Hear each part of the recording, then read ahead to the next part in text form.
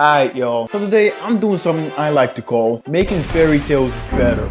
Because as children, we all read and listened to a bunch of fairy tales back in the day. Even when the characters of said fairy tale stories make some stupid ass decisions, we wouldn't think anything of it. We'll just laugh and smile and wave it off and be like, oh my god, that was a cool story.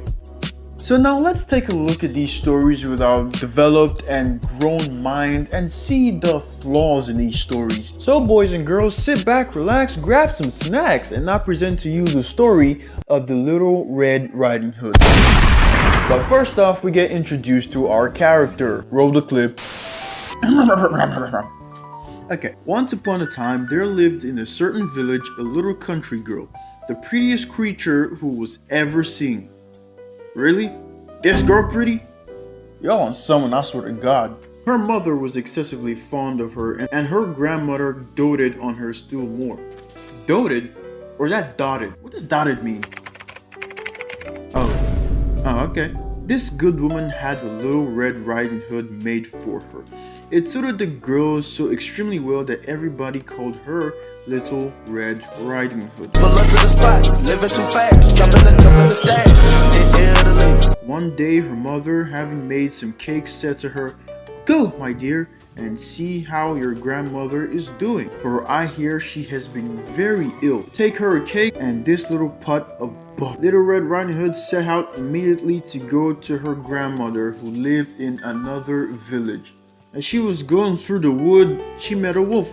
Okay, now hold on. There's like a little problem with the story. The mother packed up cakes and butter for the girl to go give to her grandma, and she knew she was gonna walk through the woods and a thick ass forest. Oh my god. She'd go into the bushes? How does the mother not see that there's a problem here? Like, I want to know, how do you let a child, Little Red Riding Hood could probably be like 9 years old, you let a supposedly 9-year-old child out in the woods with no protection, no pocket knife, no straps, no Glocks? For reals? Yo, I'm telling you right now, if the Little Red Riding Hood mother was black, in fact, if they was all black, that shit ain't gonna happen. What? The mother probably go with the child, or if the child going alone, she gonna have some type of protection or something, because how the hell you gonna let a child walk in the woods with nothing on them? No straps, nothing. No pocket knife, nothing. As she was going through the woods, she met with a wolf who had a very great mind to eat her up. You see, I said something about having some protection. Pause. He dared not to because of some woodcutters working nearby in the forest.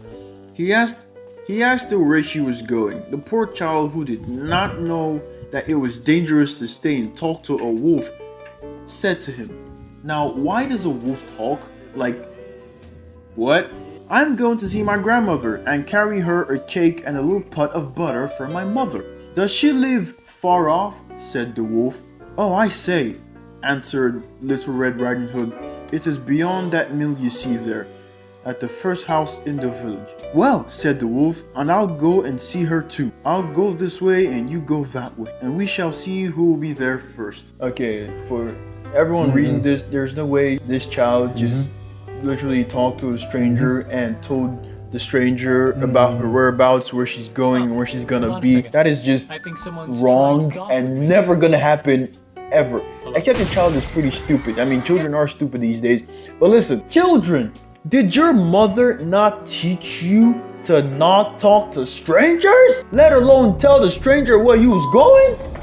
Bruh, I swear we need some black characters in fairy tales back then, because them niggas would be way smarter than the ones we got already. Then now they doing a race. Alright, the wolf ran as fast as he could, taking the shortest path, and the little girl took a roundabout way. Okay, now I know this little girl is supposed to know a shortcut to her grandmother's house, right? And she's in a race with a wolf, right? And she told the wolf where she was going, right? In this race, right? She took a roundabout?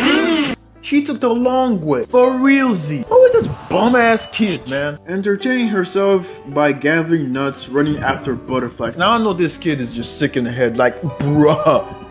You chasing butterflies where there's a wolf heading up to your grandmother's house? Someone you don't even know. Hell nah, The wolf ran as fast as he could, blah blah blah, running after butterflies and gathering bouquets of little flowers. It was not long before the wolf arrived at the old woman's house. Now you know he did. He knocked at her door. Tap, tap. The grandmother answered, "Who's there?"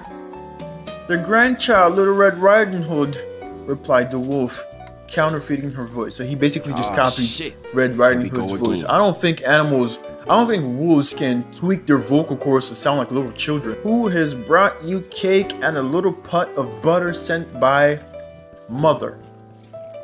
Sent you by mother, whatever. The good grandmother, who was in bed because she was somewhat ill, cried out, "Pull the bobbin and the latch will go up." The wolf pulled the bobbin and the door opened.